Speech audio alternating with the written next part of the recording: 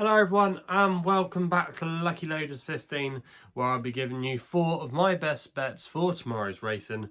Before we get stuck into those, just going to reflect on how today's tips went. Well, it was a bit of a shocker, to be honest with you. Nothing really went for us. Our first selection with Hold, thought he ran an okay race, just wasn't good enough on the day. And I probably wouldn't want to back him for the Ascot Gold Cup. I would like to see him maybe have a little bit of a break. Maybe a race like the Goodwood Cup, if Glorious Goodwood does go ahead, would be absolutely ideal for him. I could see him running a big race in that if he did turn up there. And then we went on to our nap, Wild Koenig for John Gosden. Through my sources at the Gosden Yard, I do actually have links to the Gosden Yard. I know people that work there. This horse had been beating everything they had on the gallops at home, and I do think he is a good horse. And if you actually go back and watch the replay, he was hanging quite badly. I don't think Frankie gave him a bad ride. I've seen 1 or 2 people say they thought Frankie was to blame. In my opinion, I don't think Frankie gave him a bad ride. I just think the horse was very inexperienced. But I think he is going to be a nice horse going forward. And before people disregard him and that, take a look at the likes of Roaring Lion and Too Darn Hot. Two superstar horses for John Gosden, who lost on their first appearance as a 3-year-old. So that is something to bear in mind, and I think you'll probably learn massively for that experience. Not sure where he is going to go. There was talk about he'll be campaigned over a mile, 10 furlongs, those kind of races. Not quite sure, to be honest with you. I think maybe on the quiet note, maybe John Gosden would be slightly disappointed, but who knows where he is going to go. But I think he still will be a horse to follow, and I still think he's got top class ability. But if you are watching the racing at Newmarket today, pretty much everything that's been on the front end has gone and won, and you haven't had too many closers. So I will forgive Wild Koenig, and hopefully he'll have his day in the sun soon, where he can show the world how good he really is. Palace Pier was a very nice winner. We didn't tip him, but definitely a horse for the tracker. I was very impressed how he sped away in the last furlong at Newcastle. Very impressive. He's in my top 10 to follow team, which you might have heard of if you listen to the podcast. So yeah, that's all looking good with Palace Pier. Maybe St James's Palace, who knows if he is going to end up there, but he would definitely fit into a race like that. Maybe the Sussex Stakes, definitely one for those kind of races in my opinion. And the big one in the 2000 Guineas, we went with Kenzai Warrior. He nearly unseated Jason Watson at the start. He didn't look happy in the start, actually. If you go back and watch a replay in the stalls, he was kind of backing and kicking, and he wasn't very happy. I don't think that wasn't himself, in my opinion, from what I've seen of him at the racecourse before. Obviously, Roger Till would know far more than me because obviously he's his trainer. But yeah, Kenzai Warrior, maybe you can forgive him that run. And he actually did stay on, and he beat a few beaten horses, but the writing was on the wall from the off. But at least I was right about Pinatubo. Now, I know I got quite a bit of stick for saying that Pinatubo wasn't going to win, and my reasons were backed up because he didn't win, did he? He ran okay, I thought, in 3rd place, but we now know a mile ain't going to be his bag. I think these races, like I don't think he will go for the Commonwealth Cup, but if there had been a bit more of a longer break, the Commonwealth Cup, I could see him maybe doing what Advertise did last year, running these 6-7 furlong races, Group 1s. I think he could still be a top class horse in those divisions on quick ground. I think he could definitely be a Group 1 winner again. But I think if you're going to campaign him at a mile, I don't think he's going to be seen to full effect. Kamiko was the winner. To be honest, I've not really been a massive fan of Kamiko. He was one of those horses that sometimes is actually the obvious candidate, but you want to kind of get him beat because he's not a flashy type. He doesn't win by big distances. He's not a sexy horse that travels up on the bridle for a long way and then he comes with a good turn of foot. He's kind of a bit of a grinder, similar to maybe a bit like Roaring Lion. I can see the similarities there, and I know he's been quoted by many people, by the bookmakers, as their favourite for the Epsom Derby. In my opinion, I don't think he should even run in the race. I could see him maybe going there, running well maybe, but I don't think he'll last home. I don't think a mile and a half is what he needs. I think sometimes the racing circus, which is the racing media, they see a nice performance at the highest level and they immediately think up and trip, up and trip, up and trip.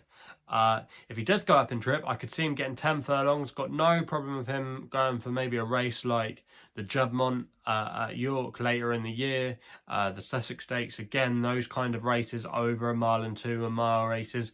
I think that is his cup of tea. I really think that's the distance that's going to suit him. If he had to take an eye catcher out for the Derby, I thought Military March was the one to take out of for Saeed bin Surur. Now, if you actually go back and watch a replay, he takes an age to be pulled up after the line. He's the one that went the furthest down the course, and it took him an age to be pulled up. I think he'll definitely be a massive player in the Derby if he does run there, and he's definitely one for the shortlist in that race. But I'm still sitting on the fence with the Derby. Have to wait a little bit longer to see what comes out in the next week or so after Royal Ascot, because the King Edward VII will be their Derby trial. Once we know what's won that, what's featured in that, we'll have a better idea of what's going to happen in the Epsom Derby. And also as well, the declarations are all going to be a muddle, but I'm looking forward to it. But we've got Royal Ascot to come first. And then away from that, Lyon in France, if you actually did watch that race, McFancy got in the battle for the lead really early on. That just didn't suit him. He didn't get his own way up in front, and then Maxime Guyon got him to the front in the end, was niggling away and just faded away. So McFancy was very disappointing at Lyon.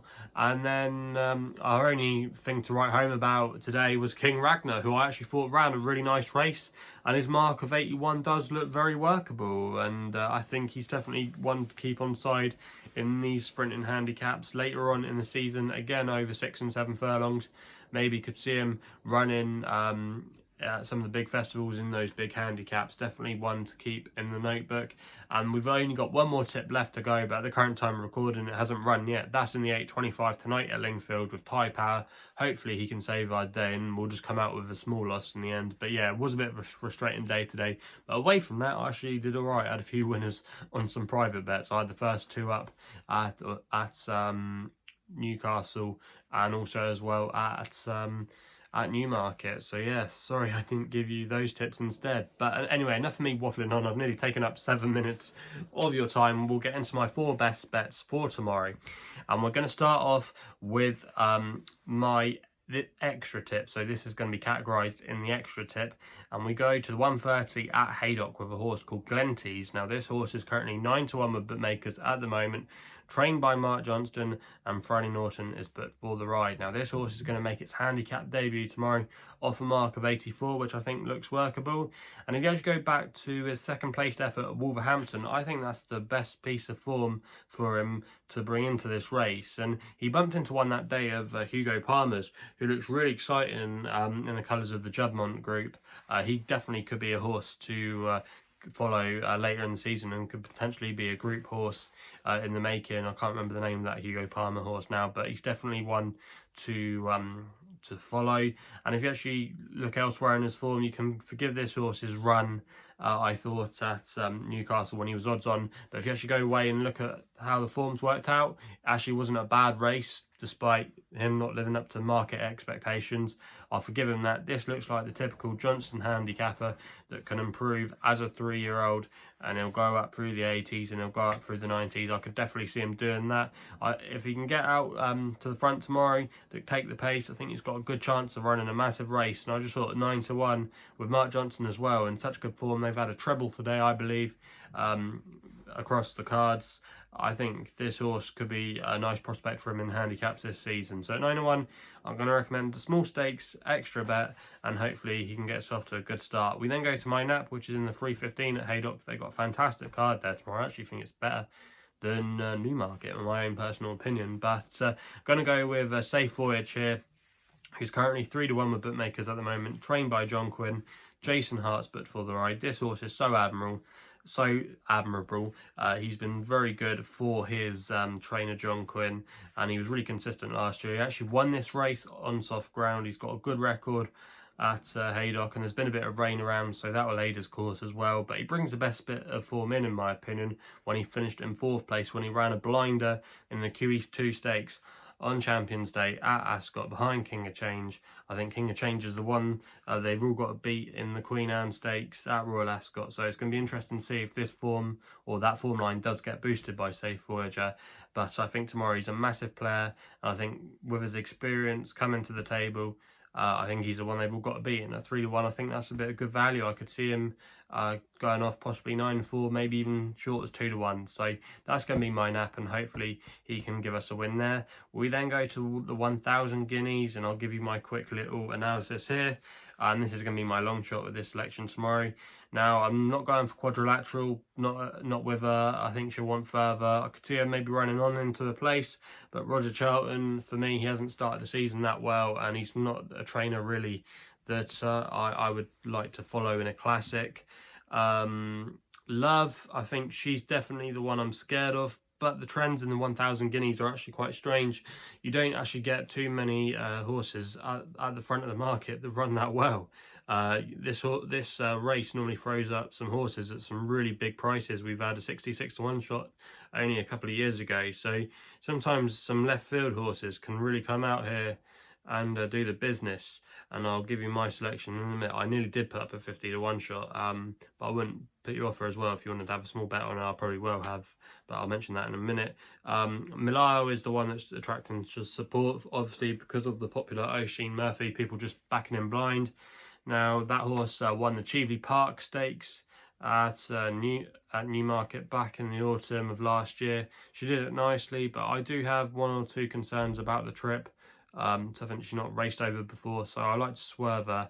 But yeah, I think this is a race you kind of got to look at a little bit more left field. And the one, it's not really left field to be honest with you, but the one that I put up about a month ago and the one that I like is Cloak of Spirits for Richard Hannon and Andrea Azzani. Now, Richard Hannon, like I said, he won this race a couple of years ago with Billiston Brook, and he's got a good record with his fillies, and he knows what it takes to win this race. Now, this horse created quite the impression when she won at Ascot. She won it in a very good time, and the form was rock solid. There were some subsequent winners from that race. She then went to Doncaster when she finished in 6th place behind Powerful Breeze. Obviously, that form was boosted to somewhat of a degree in the Fillies Mile, but yeah, I think Cloak of Spirits, her run last time out at Newmarket was more like it. She finished 3rd behind Dare for Roger Varian, who finished 2nd in a Grade 1 or Group 1 in the Breeders' Cup at Santa Anita. So that form was boosted, and Dare would have been a major player here if she turned up for Roger Varian. And the 4th place horse was Under the Stars for James Tate, and that horse went on to win a very competitive handicap, really good fillies handicap at Newmarket. So the form is good, and Cloak of Spirits, apparently she's been working well, and they're really happy that the Guineas has actually been delayed a little bit because they think she's now come into her own and she's ready to tackle a race of this nature. Richard Hannon's team haven't been in the best of form, but I think 12-to-1 5 places. I think she'll have plenty of early speed. She'll be able to live up with them, and some of the more speedier types will fall away, and I still think she'll be there going up the hill, and I think she'll have enough to possibly just hold on and maybe clinch it. I think she's got a real chance of going very close. The one that I will mention at a big price that I nearly did put up was Rose of Kildare for Mark Johnson. She came through the handicap ranks, and she was an absolute winning machine last season. She's got a good draw as well and still 10, so she'll probably be very prominent. She won at the track here last season, and that form actually worked out not too badly as well. And yeah, she's a really nice filly, an absolute credit to Connections. And if you want to stick maybe a couple of quid as a fun bet, I think Rose of Kildare 5 places, she could definitely give you a big run for your money. We then go with my next best, which runs in the 4:10 at Newmarket with a horse called Ebury, trained by Martin Mead and Tom Marquand's but for the ride. Currently 11-4, just going to recommend a win-only bet. Now, I think this is a bit of a handicap job, and I'm wondering if they've got the Royal Hunt Cup at Ascot in mind. Now, this horse has only raced twice on the turf. Started off on the all-weather, ran okay, but had 1 or 2 excuses. But if you actually go back and watch its last 2 turf runs, the penultimate start it won at Ascot on the straight mile, and then last time out it just got touched off on the rolling mile at Newmarket when it finished in 2nd place. So for me, I think Ebury, I think they've got a plot with him, and I think that could be the Royal Hunt Cup. He's off a mark of 96 in this race, and if he won, say, by a length or so, they'll probably put him up maybe £3-4, gets in off 100. I think they maybe think he could be very well handicapped, and he's definitely one to follow in these handicaps, I think. Martin Mead, they've only had 1 runner so far, which was a 2-year-old, I believe, at Yarmouth the other day. I think it ran against Enemy, I think it was. I think it might have been in that race when Enemy lost. But yeah, Martin Mead can go well fresh. He can get one ready. And I just think tomorrow, this horse is a really promising horse. Definitely could be one to follow, like I said, in handicaps this season. Could be a bit of a plot job here. Just getting a prep run into it for Royal Ascot. That's what I'm thinking anyway. But yeah, I think 11-4 tomorrow represents good value, and that's going to be my next best. So if you haven't done so already, please hit the subscribe button for more videos here on my YouTube channel at LuckyLoaders15. You can also follow me on Twitter, on social media, where my handle is at LuckyLoaders15. And before I sign off, we'll just recap quickly. 1:30, we're going with Glenties. 9-1 each way is my extra tip. My nap in the 3:15 at Haydock with Safe Voyage, 3-1. We then go my Longshot 12-1 in the 1,000 guineas in the 3:35. Cloak of Spirits 12-1 each way, and my next best in the 4:10 at Newmarket with a horse called Ebury, 11-4, and that's my next best. So that's all I've got to say. Please gamble responsibly. Hopefully we can have some winners tomorrow and do better than we did today, and we'll be seeing you soon.